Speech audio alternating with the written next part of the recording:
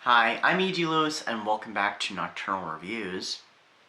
Today I'm reviewing my first read of 2026. It was also intended to be my wintertime read. It had nothing to do with winter, ultimately. I picked it up merely because of the cover and the title, not knowing anything about the book, going in completely blind. It is my first book in the Creeper series. It is number 8, though, as you can see on the spine here. And this is Cold Kisser by Edgar J. Hyde. Really cool cover, that's for sure. This would be cool as a poster or even as a t-shirt. But yeah, it has nothing to do with winter. There is a slight winter reference in the book, however, but I can't get into that without spoiler territory. I thought I might have to spoil a little bit with this book, but I think I can get away with not spoiling much. So there might be minor spoilers with this one. So this one tells the story of Tommy and George, best friends, and there's this new girl that comes to school named Sally Ann. They both are instantly into her. They want to get a date with her. They want to kiss her. And George manages to score one. When he talks to his friend Tommy, though, he says that he felt like he was kissing a ghost. Tommy is still very intrigued by her. And so he decides to pursue her, but strange things start happening. He has a mysterious dream with Sally Ann in it. There's what George told him. And also, among other things, there is a painting that she does in class that is impossible that she could have done. She completed it in one class period, when even the most skilled students were unable to finish. Also, she had to leave class to go find them because they were out in the halls and stuff, and so it took all that time to go seek them out. So how did this painting get finished? There's a lot more to this that's going on, but more and more Tommy wants to discover the secret of Sally Ann. And we'll be right back after these messages. Every month here on Nocturnal Reviews, I will be selecting a booktuber or author that I will be spotlighting, and this month I select Jen at Literary Love 123. Please subscribe to her channel and show her some love and support. Do you enjoy poetry of the spooky or dark variety? If you do, tune in to this month's PAX Poetry and help us to honor the memory of our dear departed friend, Pax Panic. So, this book, I would not consider it horror. There is a horrific scene later in the book, but this is not horror.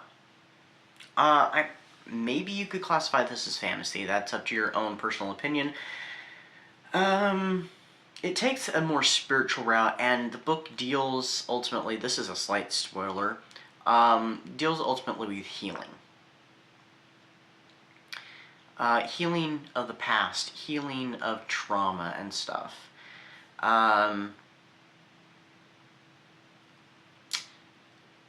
Because of the events that happen, and the whole thing surrounding Sally Ann and her connection to one of the characters in the book. At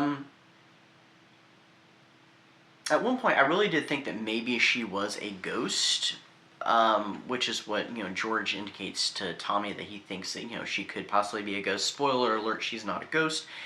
There's something else with her. And I thought it was a rather cool twist. At the beginning of this book, I was kind of like, I don't know how I feel about this. These characters are kind of shallow. The boys, I mean, are kind of shallow at the beginning. And then things start to get more interesting. And I was a little bit hooked. And these characters, for being best friends, are kind of terrible to each other. But, yeah, ultimately it did get better. It did get more interesting. Like I said, I would not consider this horror. If it is, it's super, super light, and I'd base the horror purely on that one scene later in the book and the mysterious nature of the character of Sally Ann.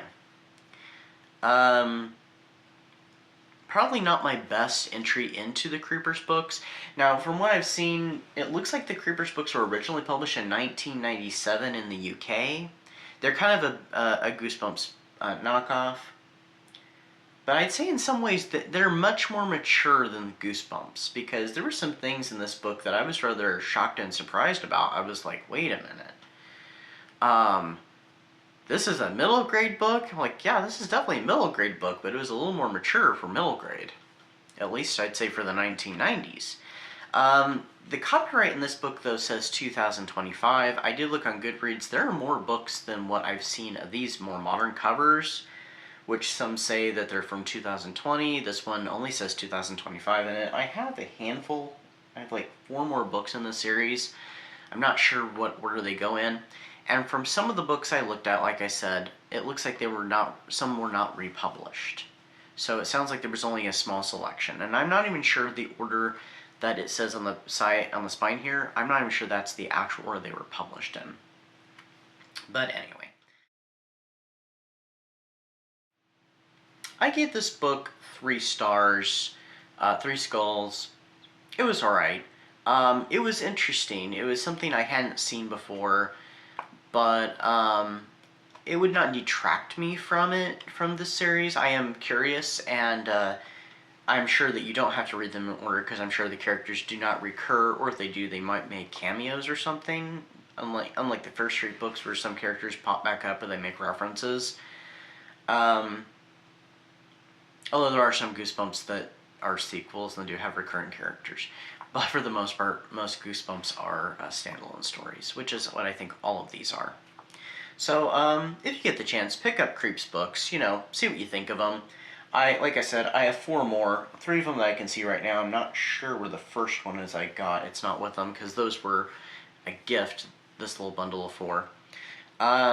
But yeah, that's my thoughts on my first adventure into Creepers. If you've read any of the Creepers books, please let me know what you thought. And until next time, stay safe, stay spooky, and I'll see you then. Bye-bye.